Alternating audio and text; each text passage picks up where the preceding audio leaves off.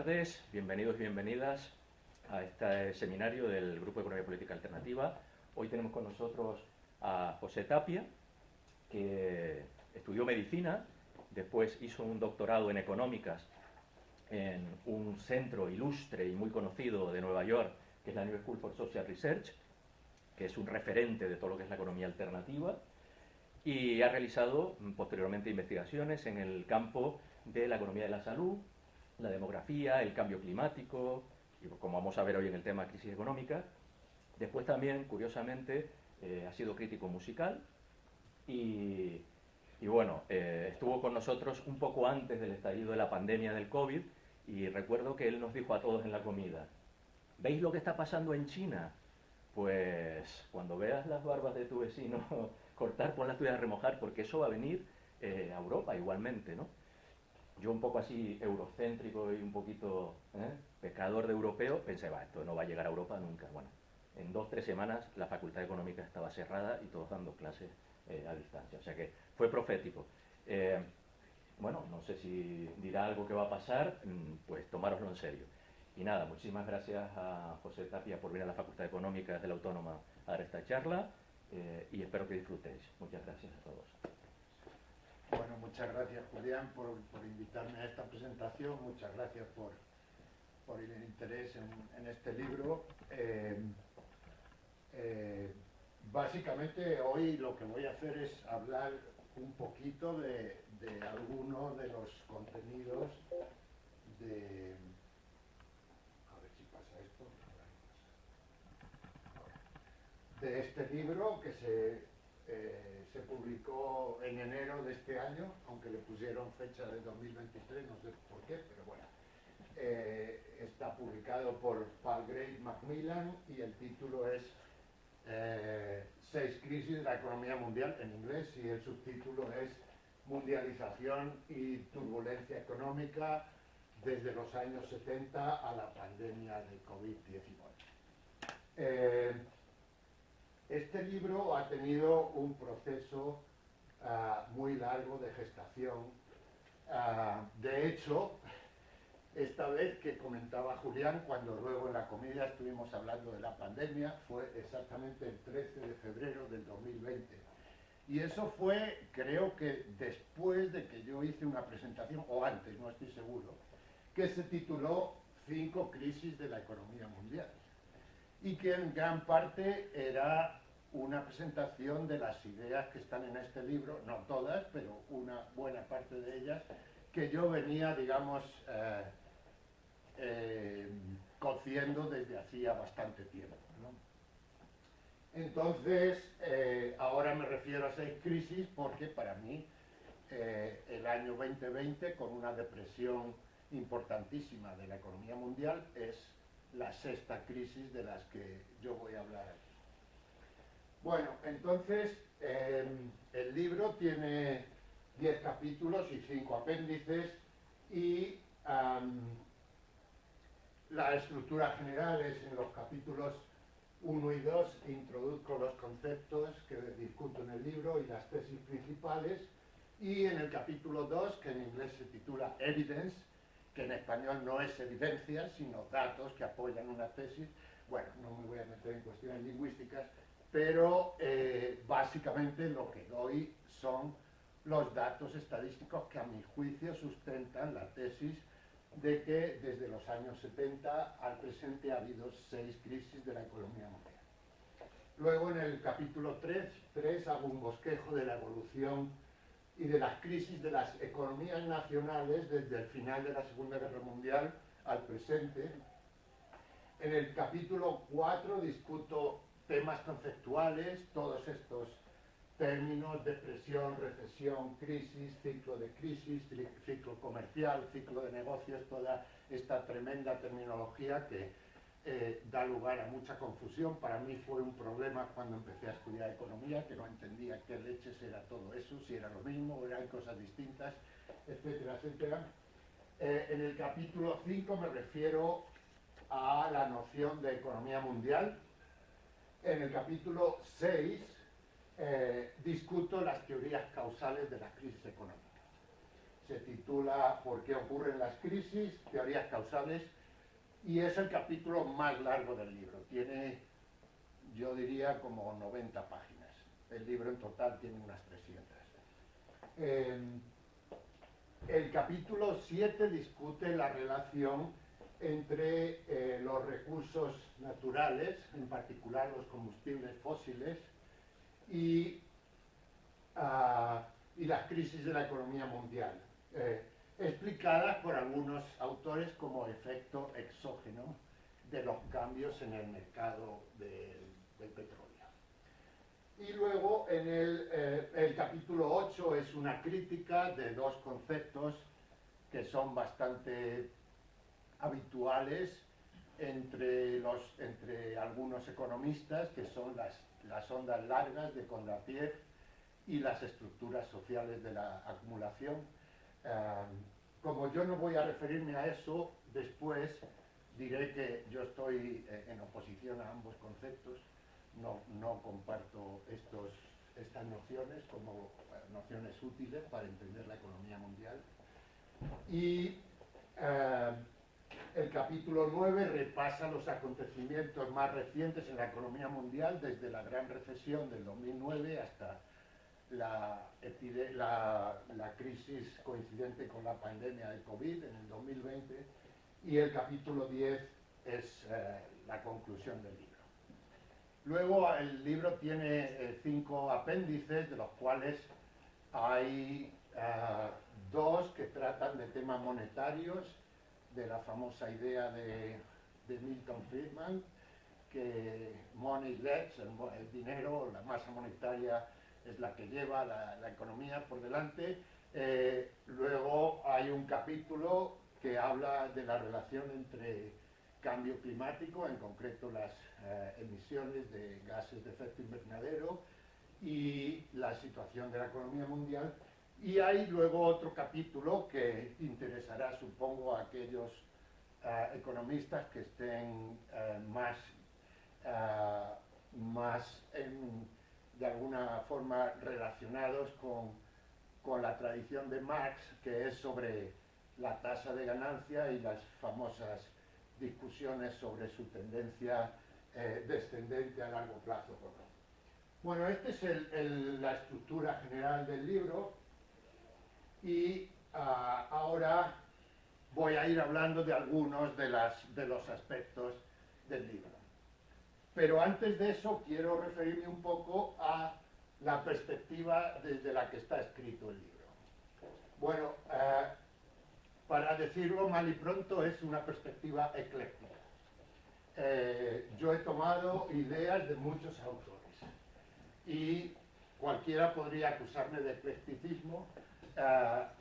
Yo lo único que puedo arguir es que he hecho un esfuerzo muy grande por ser coherente. Es decir, por ser coherente, manteniendo una coherencia interna de las ideas que yo defiendo y una coherencia externa de las ideas que defiendo como sustentadas por los datos empíricos que son disponibles. Entonces, a mí me parece que ese tipo de eclecticismo es el eclecticismo válido para el avance de la investigación científica, porque bueno, no hay ningún sabio que haya descubierto todo, y para ir avanzando hay que tomar ideas de unos y otros y ver cómo explican la realidad. Al menos esa es mi visión. Estos dos son los autores principales que están, digamos, en mi perspectiva teórica. Karl Marx, que todo el mundo conocerá, y este otro, que habrá mucha gente aquí que no conozca, es Wesley Mitchell. Wesley Mitchell fue un economista norteamericano que murió poco después de la Segunda Guerra Mundial y escribió mucho bajo el título de Business Cycles, expresión que se ha traducido de muchas maneras al castellano, algunas de ellas no muy afortunadas, pero a mi juicio produjo un cuerpo teórico muy interesante y que yo he usado en gran medida en este libro. Aquí tenemos otros dos que también me han inspirado bastante. Uno es Jan Tinbergen, el holandés, uno de los econometristas, digamos, de primera época, muy interesante. No llegó a la economía desde otras disciplinas. Y luego Nicolás Georgescu-Roegen, que fue el introductor de las nociones ecológicas en la economía, introductor por poco tiempo porque él las introdujo, pero la economía mayoritaria académica rápidamente las desechó. Samuelson dijo que algunas de las cosas que decía Georgescu-Roegen no eran apropiadas e inmediatamente pasó al olvido. Bueno,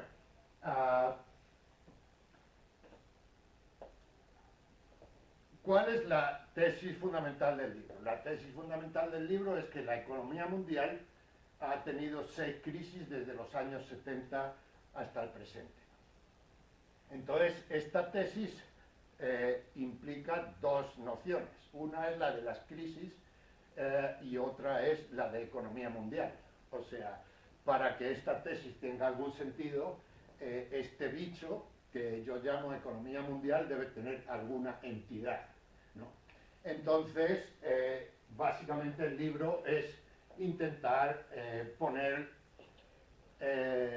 cuerpo en este esquema de las 6 crisis. ¿Por qué hablo de crisis de la economía mundial? Bueno, porque resulta que al hablar de temas macroeconómicos no es ni mucho menos obvio cuál es el ámbito de análisis apropiado. ¿Por qué vamos a hablar de una recesión de la economía española y no de una recesión de la economía andaluza? ¿Por qué hemos de hablar de una recesión de la economía de Estados Unidos y no de la economía de California? ¿O por qué hemos de hablar de una recesión de la economía alemana y no una recesión de la economía de la Unión Europea o de la eurozona?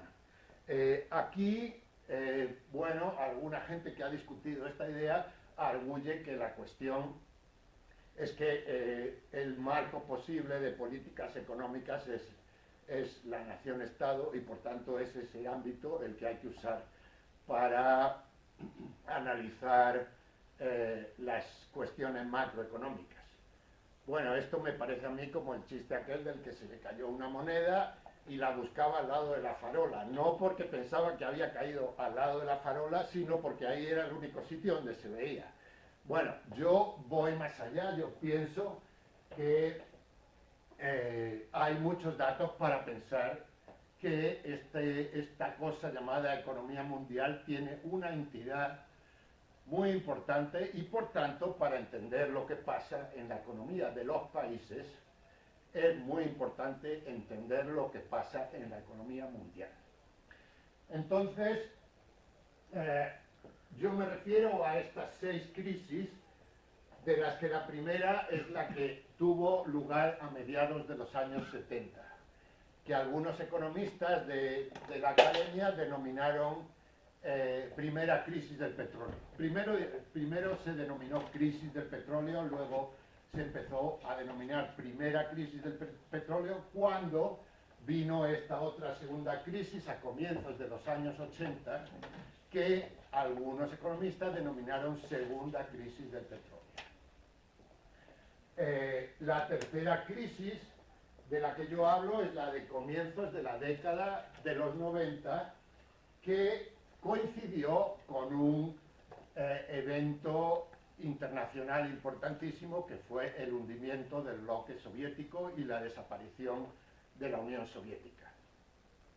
La cuarta crisis yo la sitúo en el cambio de siglo y fue una crisis que afectó fundamentalmente a los países de bajo ingreso, a las llamadas economías emergentes, y en cambio fue muy poco importante en las economías de Europa Occidental y Norteamérica, economías de alto ingreso o avanzadas, y alguna gente la llamó la crisis asiática, la crisis la crisis de Rusia, bueno, luego vamos a ver todo eso.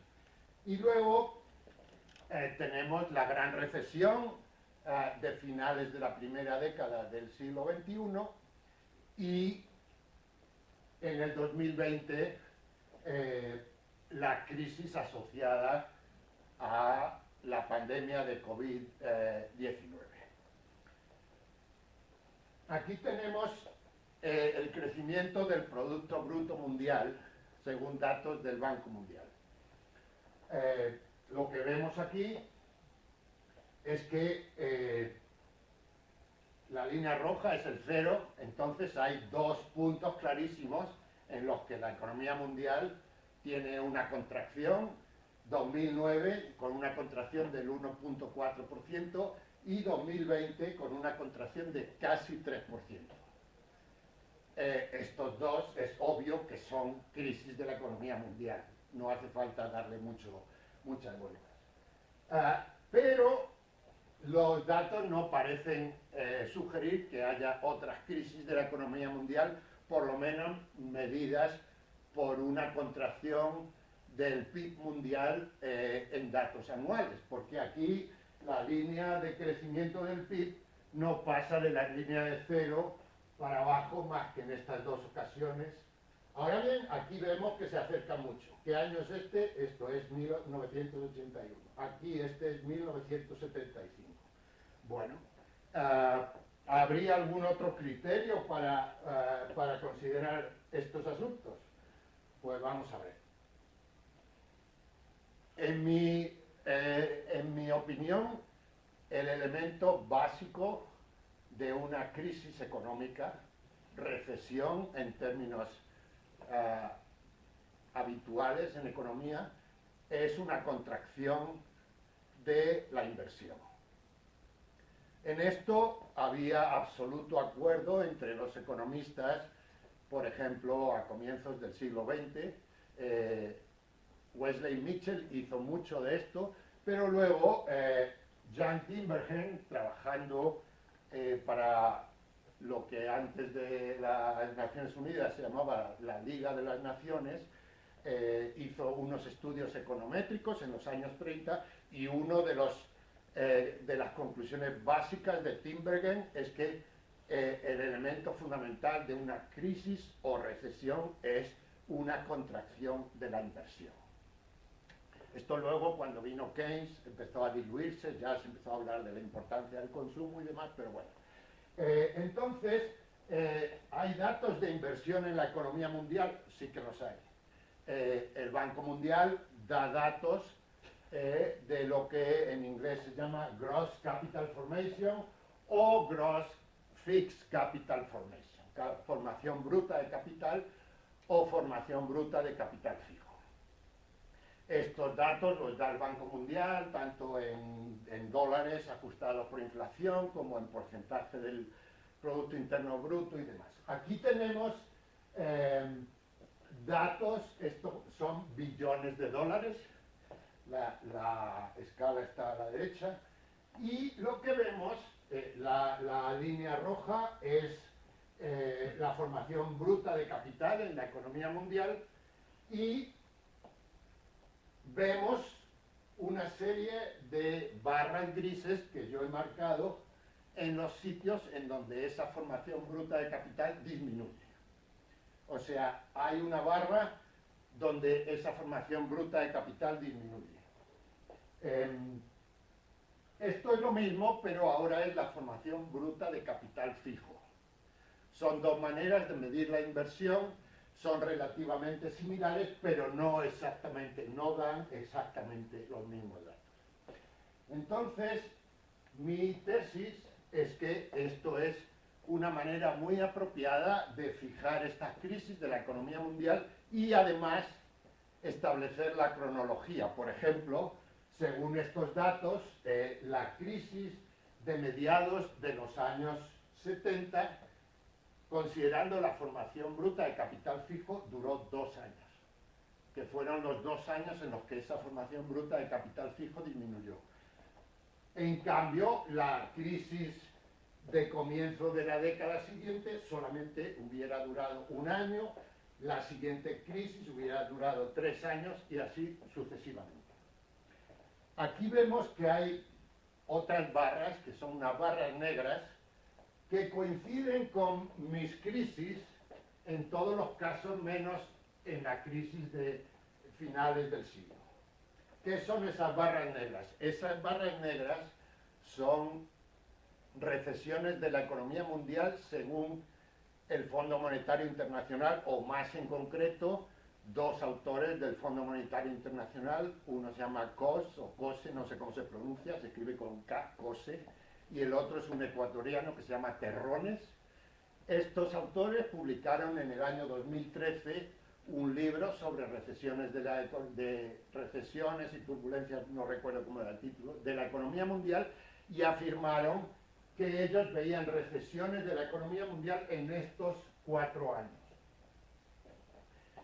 Hacían alguna discusión de si había habido otra recesión de la economía mundial hacia final de siglo, pero después de una serie de disquisiciones llegaban a la conclusión de que no.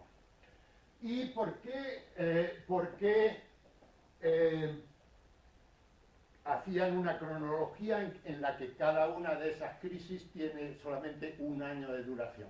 Bueno, el método que ellos usaban para hacer esta cronología, primero miraban al Producto Interno Bruto, decían, uy, según esto solo hay, la única crisis que se ve claramente es la de la Gran Recesión. Conste que cuando ellos estaban hablando todavía no había ocurrido la pandemia de COVID. Entonces decían, bueno, pero por otra parte parece claro que hubo crisis a mediados de los años 70, a comienzos de los 80. Entonces empezaron a echar mano de otros indicadores y, por ejemplo, otra cosa que decían, qué lástima que no tenemos indicadores cuatrimestrales que darían una idea mejor. Entonces echaron mano del Producto Interno Bruto per cápita. Y entonces, si miras al Producto Interno Bruto per cápita, estos son los 4 años en los que ese Producto Interno Bruto per cápita disminuyó, según las estadísticas más o menos aceptadas del Banco Mundial y el Fondo Monetario Internacional, etc. Yo estoy de acuerdo con esa cronología en el sentido de que en gran parte coincide con la mía. Yo creo que el Producto Interno Bruto per cápita no es un buen indicador porque introduce un factor que es el crecimiento de la población, que es ajeno. O sea, una cosa es el crecimiento económico y otra es el crecimiento de la población, y no se puede, imaginemos el caso extremo de una economía que se contrae un 2% a la misma vez que la población del país se contrae también, pero un 3%.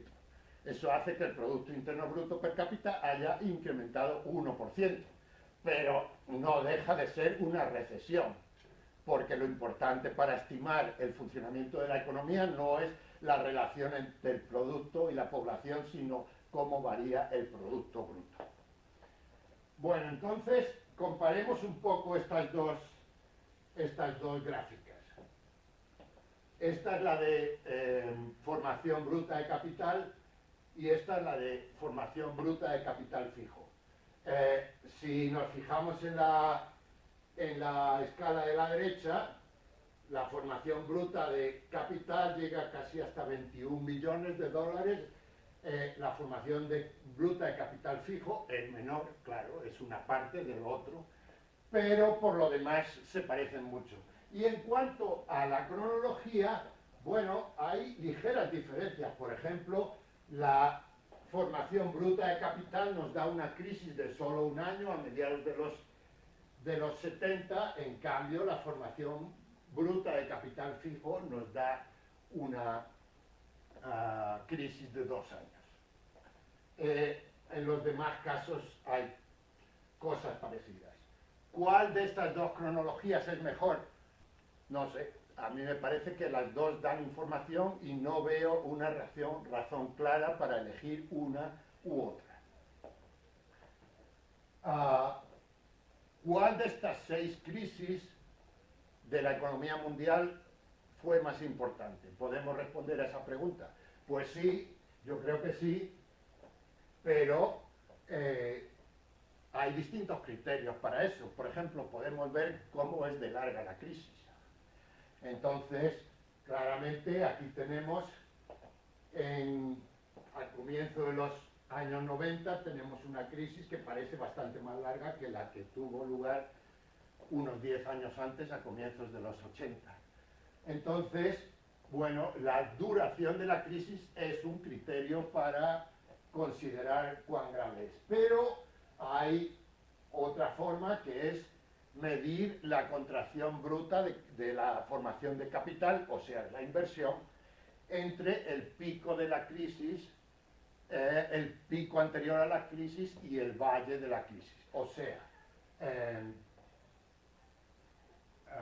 por ejemplo, en el caso de la crisis de comienzos de los años 90, el pico es 1990, perdón, y el valle es 1993. Este es el punto en el que la formación bruta de capital fijo es menor en comparación al pico. Entonces podemos medir la contracción de aquí a aquí, y se puede medir de dos maneras, en términos absolutos, en billones de dólares, o en términos relativos, en porcentaje.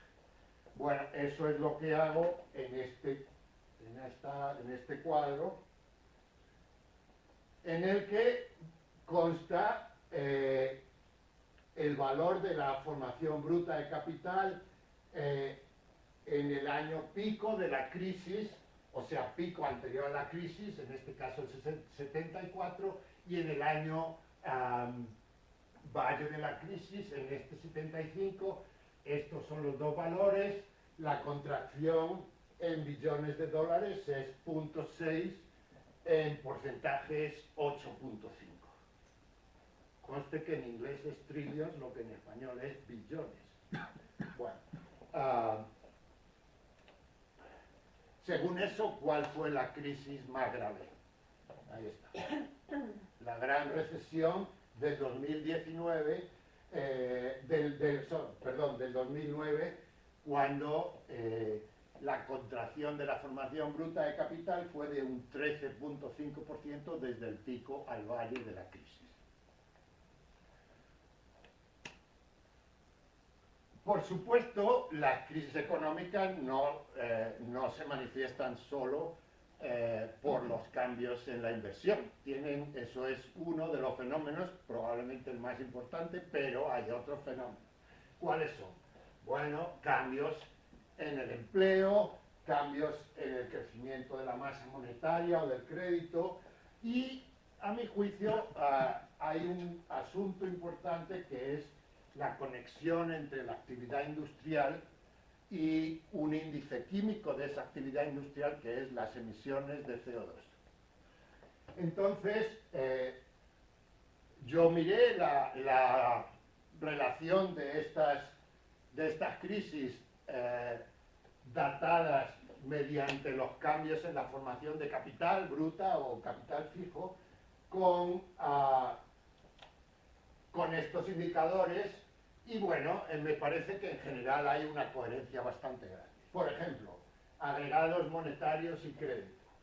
Aquí tenemos el crédito doméstico en la economía mundial, el crédito doméstico dado por bancos, y una medida de masa monetaria que ahora el Banco Mundial llama broad money, o sea, dinero en sentido amplio.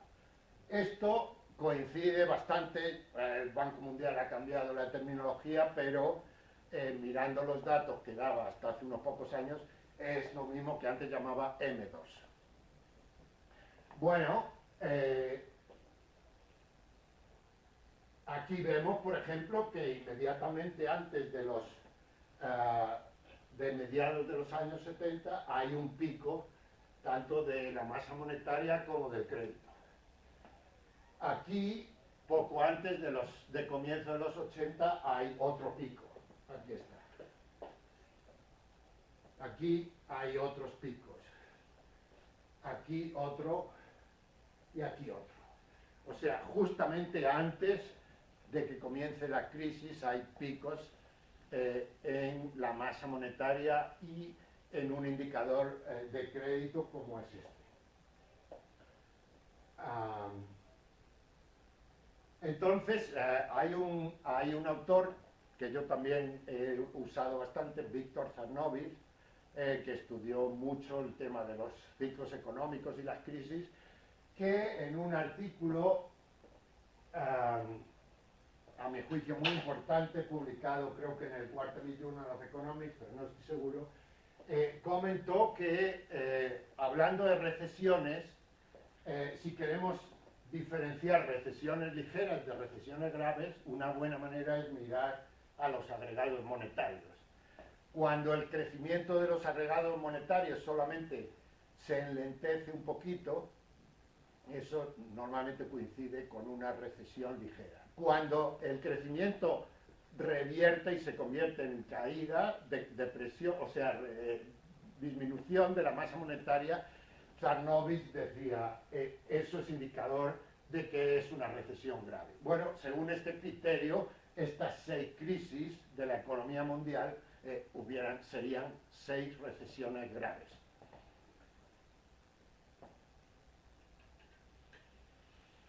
Otro fenómeno muy interesante es que esta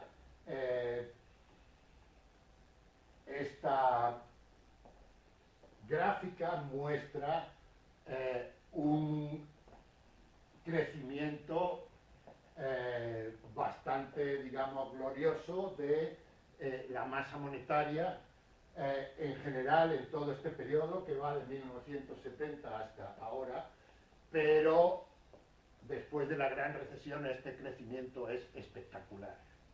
O sea, esta subida, bueno, si comparamos con todo este periodo, que hubo casi un estancamiento, es bastante espectacular. Todos sabemos que alrededor y después de la gran recesión, los bancos centrales de muchos países pusieron en marcha medidas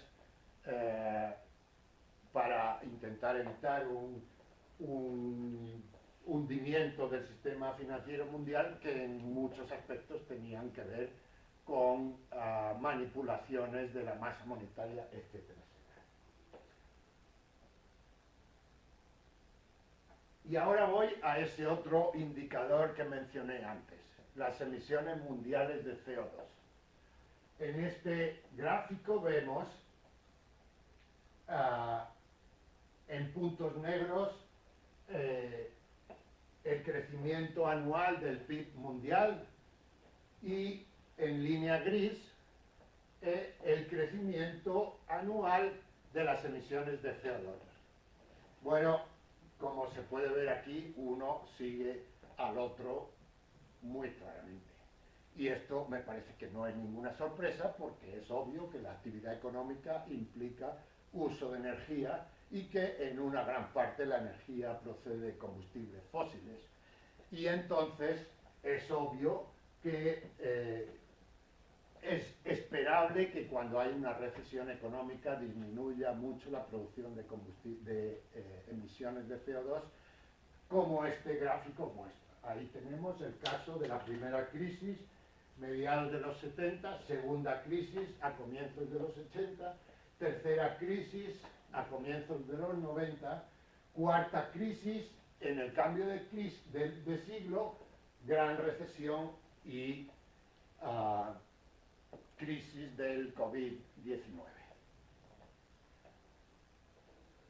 Estos fueron los únicos años, voy a volver para atrás, cuando las emisiones de CO2 en la economía mundial disminuyeron. O sea,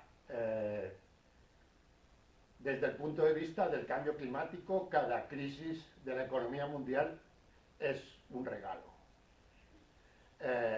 Un crecimiento bueno de la economía mundial, como por ejemplo a mediados de los años 90, pues, que produce en términos de emisiones esta este crecimiento aquí, esto que es 1%, bueno, voy a seguir.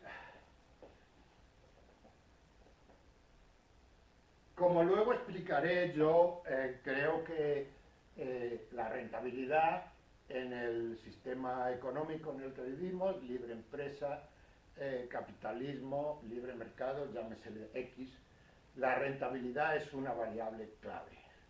La rentabilidad, alias tasa de beneficio, tasa de ganancia, es el porcentaje de exceso que se obtiene, del exceso monetario que se obtiene sobre el dinero invertido. Bueno, en mi opinión, la rentabilidad del capital, porque esa es la única rentabilidad que hay, es una variable que explica en gran medida los cambios de condición de la economía. Entonces, esto es la rentabilidad de la economía mundial computada por unos autores de Estados Unidos, de una universidad en Massachusetts, creo que es Amherst, Massachusetts, pero no estoy seguro.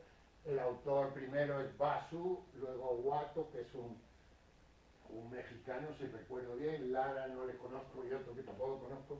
Estos han computado la rentabilidad de la economía mundial y, por supuesto, hay distintos criterios para computarla. Por ejemplo, para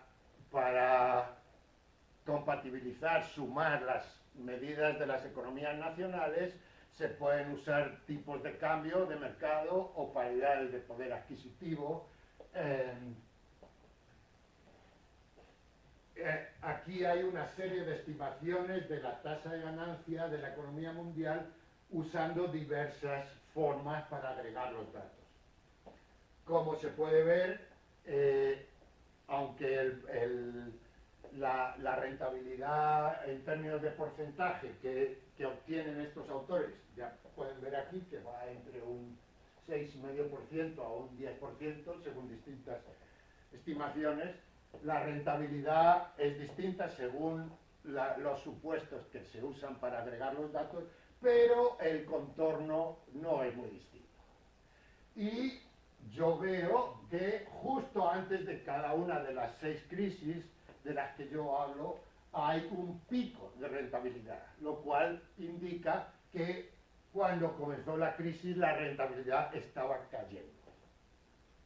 Luego explicaré por qué creo que esto es así, pero voy a moverme ahora un poco para avanzar.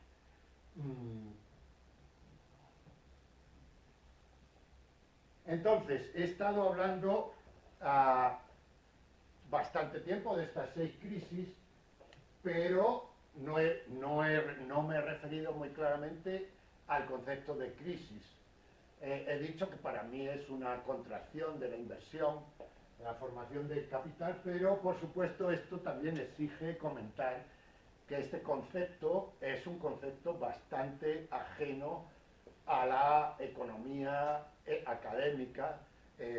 Yo hice una vez un experimento de buscar el término crisis económica en una serie de tratados generales de economía o de macroeconomía o diccionarios de economía, y es casi imposible encontrarlo. No hay. Uno busca, por ejemplo, en el libro de Samuelson y el concepto de crisis no existe. Se habla a veces de recesión y muy raramente se comenta la posible relación entre las recesiones y las llamadas crisis financieras, crisis de deuda, crisis bancaria, etcétera, etcétera.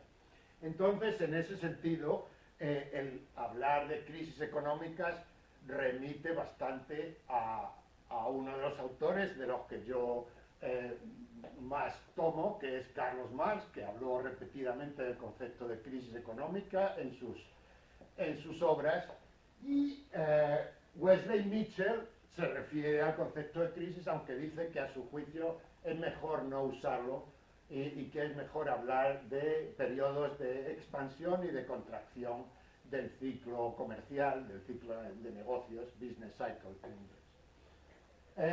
Otro que habla bastante claramente de crisis es Keynes. En la teoría general, él se refiere al término de crisis en particular para indicar el periodo de cambios económicos turbulentos cuando una economía pasa de una fase expansiva a una fase de contracción. Y Keynes comenta que es un aspecto muy interesante de las economías modernas, no sé si a él dice ahí capitalista, creo que no, porque no usaba mucho ese término Keynes, pero él dice que en ese sentido las economías modernas tienen esta peculiaridad de que el cambio de la fase expansiva a la fase contractiva suele ser violento en términos económicos, mientras que el cambio de la fase de contracción a la fase de expansión es todo lo contrario de violento, es paulatino, pausado y muchas veces no se sabe localizar muy bien en el tiempo porque está como difuminado. Entonces, bueno, como digo, yo me baso mucho en los conceptos teóricos de Marx y de Wesley Mitchell. Yo pienso que en gran parte son compatibles. Marx, sobre todo en el tomo 1 del Capital, habla del ciclo de crisis e incluso le pone una periodicidad decenal. Yo esto lo discuto en el libro. Marx estuvo intercambiando cartas con su asesor económico, que era el gerente de una gran empresa que se llamaba Federico Engels. Entonces este asesor económico le decía que, bueno, los recambios de maquinaria unas veces duran más, otras menos, pero al final hay entre los dos poco menos que concluyeron que los recambios generales de maquinaria, capital fijo o constante, mejor dicho, en su terminología, muchas veces ocurren con una periodicidad decenal y que esto podría ser la base de que estas crisis ocurran cada 10 años.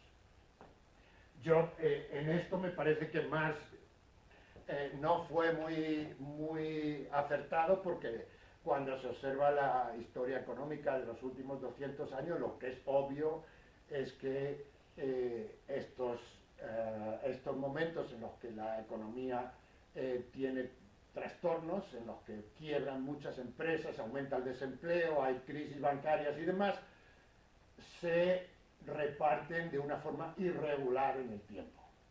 Es verdad que casi nunca pasan más de 10 años entre una y otra, pero a veces ocurren menos. De hecho, en mi cronología, las 6 crisis se distribuyen bastante irregularmente, porque las 2 primeras están muy cercanas, una es a mediados de una década y la siguiente es a comienzos de la década siguiente, y luego es prácticamente una por década.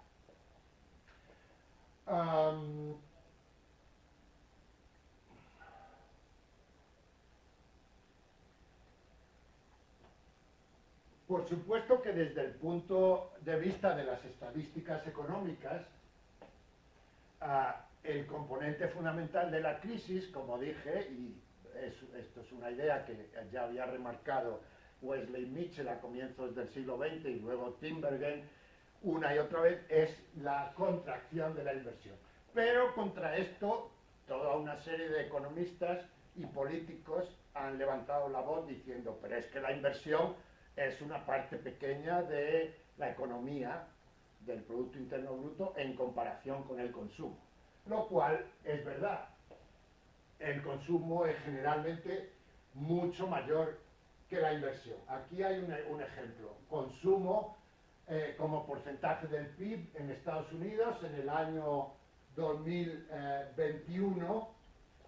Uy, esto se ha corrido todo. Bueno, aproximadamente el consumo es el 68% del PIB y la inversión es solamente el 21% del PIB. O sea que el consumo es mucho mayor. Eso es cierto. Pero es que resulta que si miramos cómo varían esos dos componentes del PIB a lo largo del tiempo, el consumo es muy estable y la inversión es muy volátil.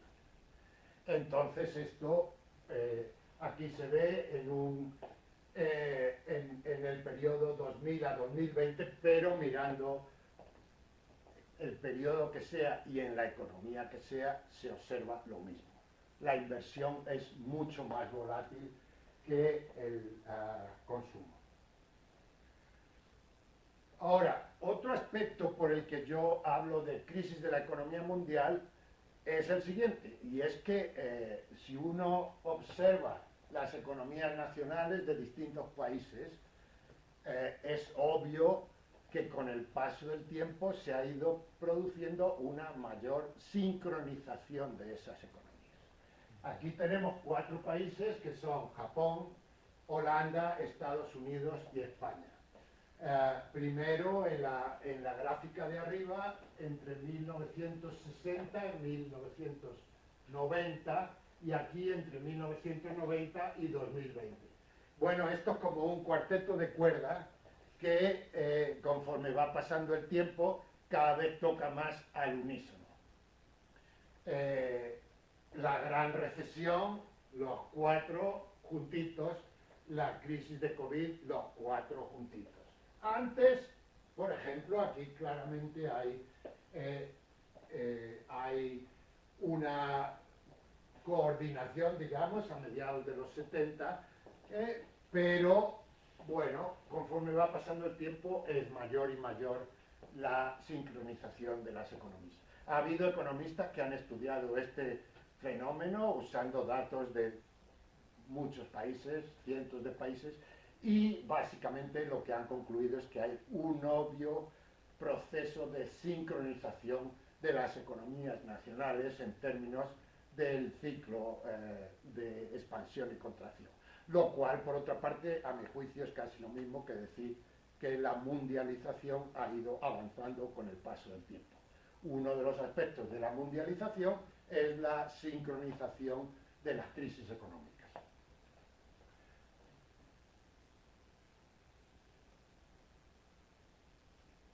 Bueno, entonces voy a hablar un poquito, porque creo que ya debería ir acabando, de mi modelo causal. ¿Cuál es mi modelo causal?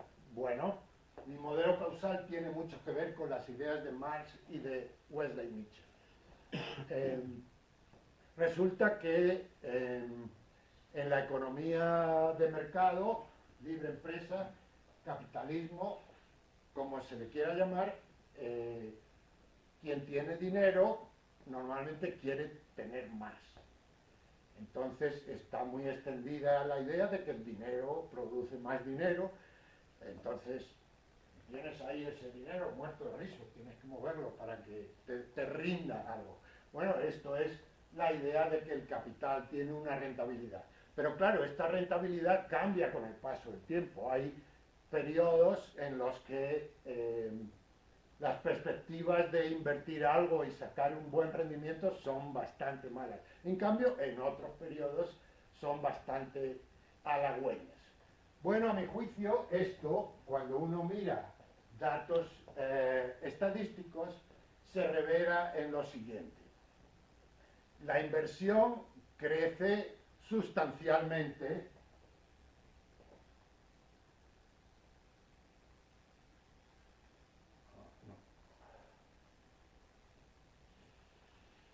La inversión crece sustancialmente durante la fase expansiva del ciclo económico, a la misma vez que crecen las ganancias. O sea, esto es la época de prosperidad, están creciendo las ganancias empresariales y está creciendo la inversión. Pero llega un punto en que las ganancias dejan de crecer. Y la inversión continúa creciendo, pero muy poquito tiempo, normalmente 1 año, 2, y luego se va abajo.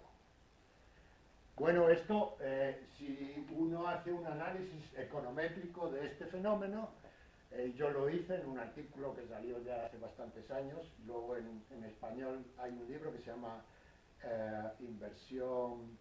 Rentabilidad, Inversión y Crisis, donde yo presento todo eso. En términos econométricos, la variación de las ganancias explica como 40 y poco % de la variación de la inversión en los 2 o 3 años siguientes. 40 y tantos por ciento no es mucho, pero en cuestiones económicas es bastante. Ahora, lo que pasa después es que se hunden las ganancias, se hunde la inversión, ahí tenemos la crisis, y poco después las ganancias reviven, mientras la inversión está todavía baja. Entonces reviven las ganancias y un poquito después comienza a revivir la inversión. Entonces esto que yo he analizado desde el punto de vista econométrico, a mi juicio es muy consistente con ideas de Marx y de Wesley Mitchell. Marx escribió mucho sobre las crisis y realmente no tiene una teoría bien definida, tiene muchas ideas sueltas, pero una de las ideas de Marx es que la rentabilidad, la tasa de ganancia, en términos de Marx, es una clave fundamental para explicar la acumulación del capital, o sea, la inversión. Y Wesley Mitchell, mirando los datos económicos de finales del siglo XIX y comienzos del siglo XX, más o menos concluía lo mismo, aunque Wesley Mitchell nunca se dijo marxista ni se refirió explícitamente a Marx en ningún caso.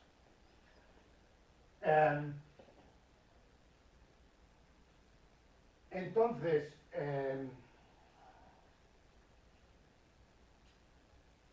yo planteo lo que se llama un modelo, no dije antes otro resultado econométrico que yo obtuve, que es que si uno hace un modelo en el que hablé antes, era la inversión como variable dependiente y las ganancias como variable explicativa. Pero si damos la vuelta y ponemos la inversión como variable explicativa y como variable dependiente las ganancias, es muy interesante porque obtenemos un resultado moderadamente significativo, mucho menos significativo que el que hay entre beneficios como variable explicativa e inversión como variable dependiente, pero es todavía significativo, pero ahora, mientras que la estimación del parámetro de efecto de las ganancias en la inversión es un número positivo, la estimación del efecto de la inversión en las ganancias es un número negativo. O sea que la inversión tiene un efecto negativo desfasado sobre las ganancias 1 o 2 años después. Yo hice esto con datos cuatrimestrales, así que bueno, hay una serie de efectos desfasados.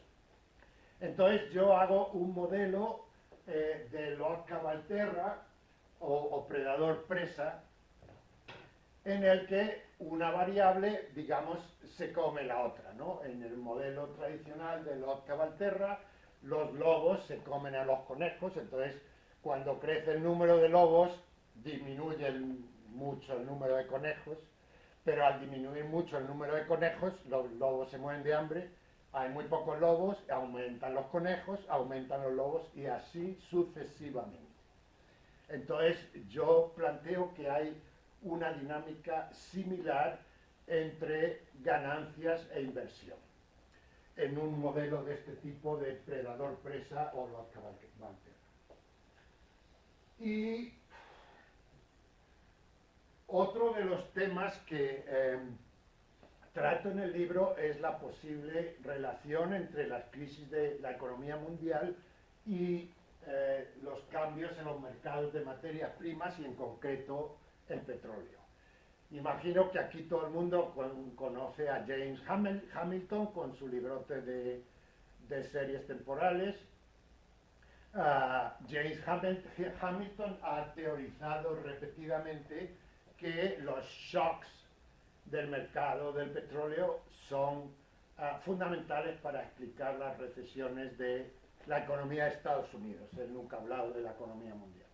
Bueno, entonces los autores del Fondo Monetario Internacional han tomado esto y han dicho, bueno, si hay alguna causa, aunque es dudoso, muy probablemente son los shocks del mercado del petróleo. Entonces, yo he mirado este tema y escribí un artículo sobre él que nunca pude publicar, está por ahí, pero en el libro he incluido bastante de esto.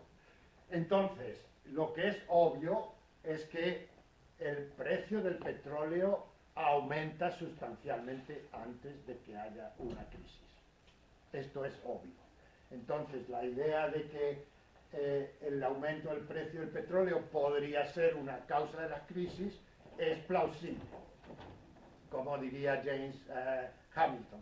Pero, por otra parte, lo que yo hice usando métodos econométricos es ver en qué medida se puede explicar el cambio del precio del petróleo no como variable exógena, dependiente de la voluntad de los países de la OPEP o de las guerras en Oriente Medio o lo que sea, sino como variable endógena. Porque resulta que los precios de las materias primas están íntimamente relacionados con la demanda mundial de esas materias primas. Y cuando hay una expansión de la economía mundial, es perfectamente lógico que los precios de las materias primas en general y los del petróleo en particular aumenten. Entonces, esto que para James Hamilton es una explicación de un shock exógeno, que afecta a la economía mundial y causa crisis, yo pienso que es mucho más plausible explicarlo como un shock endógeno, una variación endógena en la que los cambios del precio del petróleo están básicamente determinados por la situación de expansión o de contracción de la economía mundial. De hecho, el fenómeno obvio de que en cada crisis los precios del petróleo se derrumban va mucho a favor de esa interpretación. Esta gráfica es precios nominales y precios ajustados por inflación. Y bueno, voy a intentar acabar ya porque ya he hablado mucho y quiero dejar tiempo para algunas preguntas. Es obvio, cualquiera que lo piense, concluirá que la recesión del 2020 es distinta de las demás. ¿Por qué? Porque hay una causa claramente exógena, la epidemia de COVID, que fue la que desencadenó la crisis. Yo no niego esto. Entonces, todo lo que yo he dicho antes de la tasa de ganancia y demás es aplicable a esto. Bueno, sí y no. Justo cuando ocurrió la crisis del 2020 había muchos economistas que pensaban que iba a haber una crisis. Pero resulta que luego la crisis llegó de la mano de algo que nadie esperaba, que fue la pandemia. Entonces, bueno, es un caso especial que bueno, hay que analizar con instrumentos especiales. Una cosa importante es lo que ha pasado en los últimos años, que es que ha habido una serie de fenómenos, en concreto la guerra en Ucrania, que parecen haber puesto a la economía mundial en una situación de quiebra. Aquí vemos las exportaciones mundiales como porcentaje del Producto Interno Bruto Mundial. En rojo es el porcentaje y luego en negro es en crecimiento, ¿no? Bueno, lo que vemos aquí es que en los años 80 las exportaciones eran aproximadamente el 20% de la economía mundial y ahora son aproximadamente el 32% o así. Y aquí vemos algunas caídas, por ejemplo, esta es la gran recesión del 2009 y esto es el COVID. Pero la tendencia no parece que se haya roto. Sigue una tendencia ascendente. Si miramos los datos de la economía mundial, después de que empezó la crisis, la guerra en Ucrania, ha habido una refocalización de las exportaciones. Los rusos han dejado de exportar bastante, no todo, a Occidente, pero ahora exportan mucho más a la India y a China y a países de Latinoamérica, y el volumen total de las exportaciones rusas no parece que haya sido particularmente afectado. Yo, cuando empezó la guerra en Ucrania, pensaba que esto iba a ser el final de la mundialización, pero el tiempo pasó y me parece que los datos me desmintieron lo que yo estaba pensando en ese momento.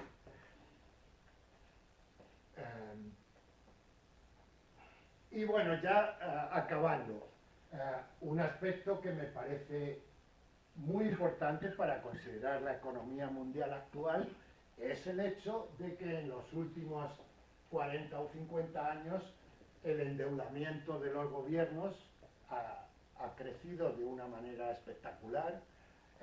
Estos son datos recientes del Banco Mundial. La deuda del gobierno central como porcentaje del PIB, del Producto Interno Bruto, en el año, esto está todo hecho un desastre, pero bueno, podemos mirar, por ejemplo, el caso de España. No tenemos datos para el 90, pero en el 2000 esta deuda era estimada en el 53% y en el 2020 es estimada en el 134%.